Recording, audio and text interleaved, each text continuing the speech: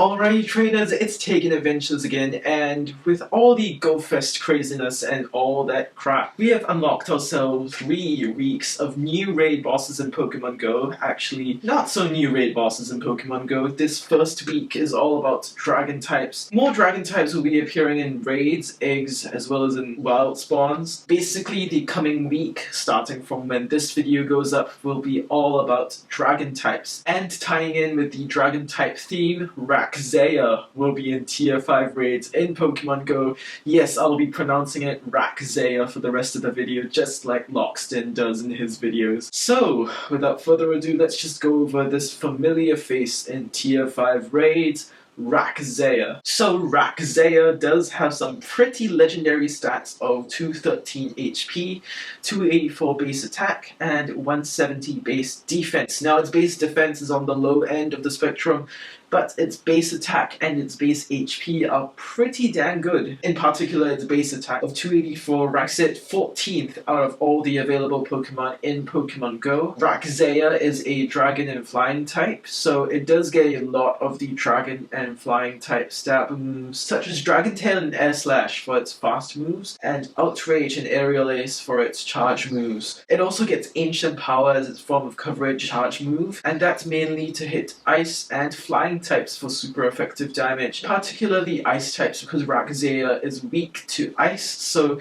you definitely want that form of coverage for the ice type Pokemon. Since Rayquaza is a dragon and flying type, Rayquaza is weak to dragon, fairy, ice, and rock type moves, with the ice types being a very strong weakness, there being a double weakness. So right now I'm going to go over the counters you want to bring in on a Rayquaza raid. This is basically an updated version of my first Rayquaza raid guide video. Even if you haven't watched that video, it doesn't really matter in this case, because I'm just going to give you the more updated list of counters in this video anyway. I'm going to be grouping the counters into 3 different categories: the dragon and ice types, the fairy types, and the rock types. For the dragon and ice type category, of course, we have your standard issue legendary dragons such as Palkia, Reshiram, Dialga, and Giratina Origin. Palkia is a pretty underrated Pokemon in raids. It has got really good TDO as well as DPS, but somehow it doesn't see much usage in raids, so if you want to show more appreciation towards Palkia, definitely bring it in on a Rayquaza raid. Next up, we have the new Gen 5 legendary dragons on the block, Reshiram and Zekrom. For Reshiram, you want to use Dragon Breath and Draco Meteor, and for Zekrom, you want to use Dragon Breath and Outrage. Now, Zekrom has a pretty impressive TDO here, way higher than Reshiram's. Definitely recommend using a Zekrom over a Reshiram. If you want a very tanky dragon type, definitely use Dialga. Being a steel type as well as a dragon type, Dialga only takes neutral effective from dragon type moves, and it also resists Rayquaza's ancient power as well as its flying type moves, and that explains its TDO being sky high. Its DPS is also pretty great as well with Dragon Breath and Draco Meteor. You may want to use Metal Claw for its fast move, but it doesn't really have the same DPS that Dragon Breath offers. And my oh my, if you look at Dialga's stats, especially its 275 base attack, Dialga sure is a beast in PvP as well as in raids. Of course, we have the thick legendary dragon, Giratina Origin, with its massive 284 base HP. Definitely one of the more tanky dragon types out there. Its DPS isn't really that great, but its TDO is decent. Now, time for the honorable mentions in the dragon type department. First up, we have Haxorus. Although its TDO is pretty lacking, its DPS is pretty similar to Reshiram and Zekrom, so it is a pretty reasonable pick if you don't mind its TDO really. Garchomp is definitely better on the TDO side and has slightly better DPS than Haxorus, so if you do already have a Garchomp, definitely bring in your Garchomp over Haxorus. And also shout out to Dragonite, or as I like to say it, Dragonite. For its general chonkiness as well as pretty good TDO, the OG pseudo-legendary dragon type. Its DPS is on par with the other pseudo-legendary dragon types such as Garchomp.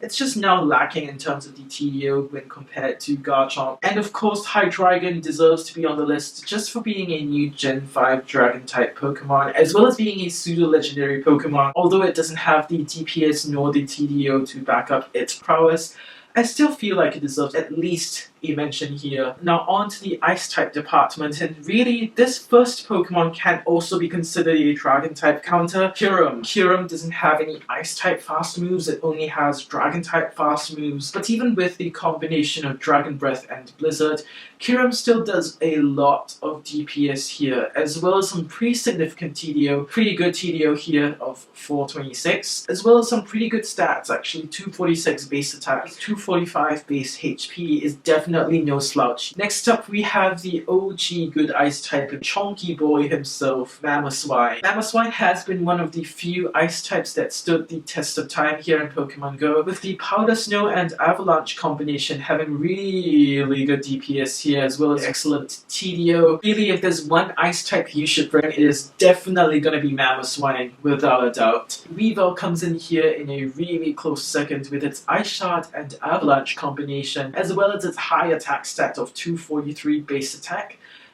Definitely one of the more decent Ice types if you don't already have a Mamoswine, which honestly, why shouldn't you have a Mamoswine? It was once a Community Day Pokemon, so Mamoswine is definitely more accessible, but if you really don't actually have a Mamoswine, Weavile is a very good substitute here. And good news for those Glaceon fans, notice me, senpai. Now is your chance to shine, because Glaceon is one of the more viable Ice type counters for a Rayquaza raid in Pokemon Go. It has the DPS similar to Weavile and has slightly more TDO owing to its higher defense stat than Weavile. Even though it does have the DPS, it is slightly held back by its low base HP. While not technically an Ice type, Mewtwo has some pretty damn good Ice type attacks in Ice Beam. Well, it's just one Ice type attack. Mewtwo with Ice Beam is a pretty damn good Rayquaza counter with its high base attack of 300. Yes, there is a 300 base attack. You didn't mishear me. 300 base attack. Mewtwo has some of the best coverage moves in Pokemon Go, such a wide variety of coverage moves, and a sky-high attack stat. Why wouldn't you want to use a Mewtwo in Pokemon Go? Honorable mention goes out to Alolan Sandslash, not only for being a Steel type, but also having really good defense, and that gives Alolan Sandslash some really good TDO, taking resisted damage from Dragon and Flying type moves, as well as taking neutral damage from Ancient Power. Unfortunately, its attack stat is pretty lackluster, so its DPS is pretty meh. But we do have another honorable mention pick here that has really good Ice type moves, as well as the DPS to go along with it. Galarian Darmanitan. Galarian Darmanitan has a really high attack stat of base 263. Unfortunately, it has a really low defense stat, and that's really its weak point here. Use your Darmanitan with caution, especially for it being a mono Ice type, weak to Ancient Power here. Now for the Fairy types, of course, there are only two good Fairy types in Pokemon Go. Togekiss as well as Gardevoir. Both these Fairy types are really good for tanking those Dragon type moves, especially with Togekiss's really good defense stat here. 217 base defense is no slouch. Pretty amazing stat. It is no wonder its TDO is still pretty good actually. 526 is pretty decent. Now if you don't have a Togekiss, you can always opt for a Gardevoir, which was once a Community Day featured Pokemon with Ralt's Community Day, although it doesn't have the same DPS and TDO of a Togekiss. If you already have a powered up Gardevoir from Community Day, you definitely want to use a Gardevoir instead. Now on to our final category here, the Rock types.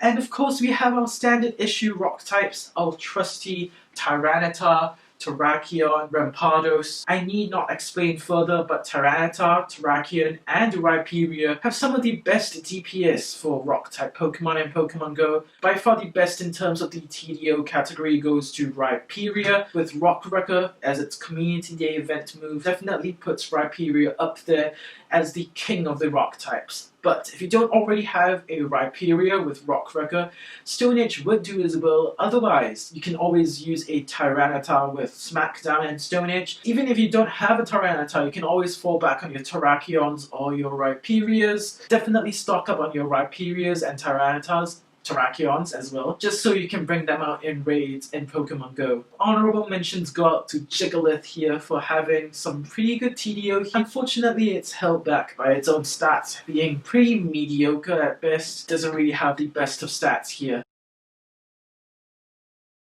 So yeah, that's it for the pretty long list of counters you want to bring in on a Rayquaza raid. I've already done a previous video about Rayquaza in PvP, but the TLDW is that Rayquaza is a monster in its offensive prowess, especially with its double dragon moveset combination of Dragon Tail and Outrage. It's gonna hit a lot of things bar Steel and the Fairy types, which honestly, you can use something else to cover for those types. So for the 100% IVCPs, there will be 2191 in non-weather boosted conditions, that is any other weather apart from windy weather, and 2739 for weather boosted conditions, so windy weather in-game. If you live in an area with frequently windy weather in-game, that is your chance to hunt for your weather boosted Rayquaza. And that is also your time to bring out those dragon type Pokemon, because dragon type moves are boosted in windy weather. But if you live in an area with snowy weather in-game or partly cloudy weather in-game, that is your time to bring out the Ice-type moves or the Rock-type moves, respectively, because Ice-type moves get boosted in snowy weather and Rock-type moves get boosted in partly cloudy weather. And believe it or not, Rayquaza can be done with as few as 2 people, but those 2 people need to be level 40 or at least above level 35,